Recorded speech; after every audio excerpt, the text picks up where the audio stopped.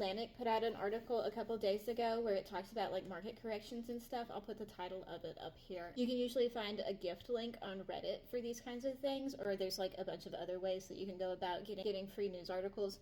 This article discusses market corrections, and it gives some really good examples on what those are and like how the market reacted in like 2008 and how it's been reacting like since the pandemic, because like it's been really weird, right? If you actually read the whole article and not just the first couple opening paragraphs, it talks about how more than half of the S&P 500's total growth in 2023 and 24 was driven by the so-called Magnificent Seven companies: Apple, Amazon, Alphabet, Meta, Microsoft, Tesla, and Nvidia.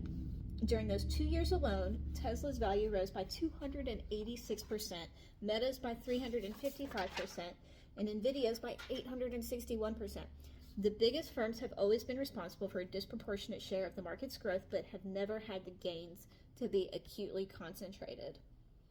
What does that mean? The Magnificent Seven stock prices have begun to exceed earnings by record amounts, implying their valuations had more to do with expectations than future growth. That doesn't sound good, right? This article talks about how the market has been supercharged by the mere thought of AI and the coming AI revolution. These companies really started to gain in valuation around 2023, which is when ChatGPT got released. They're all considered AI players, right? Like they either build their own AI, they do the automation for AI or use a lot of AI automation, or they develop the AI models. This also talks about how it has all of the markings of a speculative bubble. They talk about the chief economist from the asset management firm Apollo pointed out that the top 10 companies in the S&P 500 are more overvalued, meaning their stock prices exceed their earnings by larger factors than the top 10 companies at the height of the 1990s dot-com bubble. I think I've said all of this. And at this point, a lot of people would say, I told you so, and I am one of those people. Go on to say that Nvidia is the first company in history to hit a $4 trillion valuation. To say that historically, the average price to earnings ratio for a company in the U.S. market has been 18 to 1, which means that to buy a share of stock, investors are willing to pay $18 for every $1 of the company's yearly earnings. Nvidia's current price to earnings ratio is 57 to 1. So why is this happening? Well, this article continues that 30 years ago, almost all of the money in U.S. mutual fund markets was actively managed, right? There was a guy that was doing the research, that was looking into things, and that would make trades based on the information that he found. Now everybody's got robo-traders, right?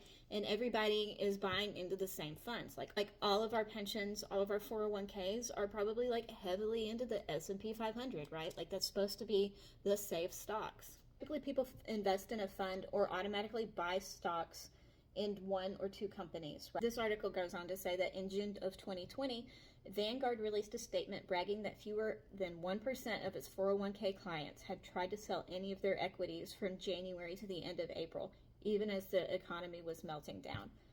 And that's because nobody's doing any of this research, right? Like nobody is scrutinizing these companies' finances. Nobody's really looking into why these valuations are the way that they are. Why not? This article goes on to say that these funds buy based on the size of existing companies, and they end up buying a disproportionate share of the biggest stocks, causing the value of those stocks to rise even more. At this point, I'm curious, what does it actually take for a market correction to happen? If nobody's actually looking into things, nobody's scrutinizing any of the information, and everybody's just buying big companies because they're big companies, where does this lead us? What is going to happen next? How is this going to work out for our economy going forward?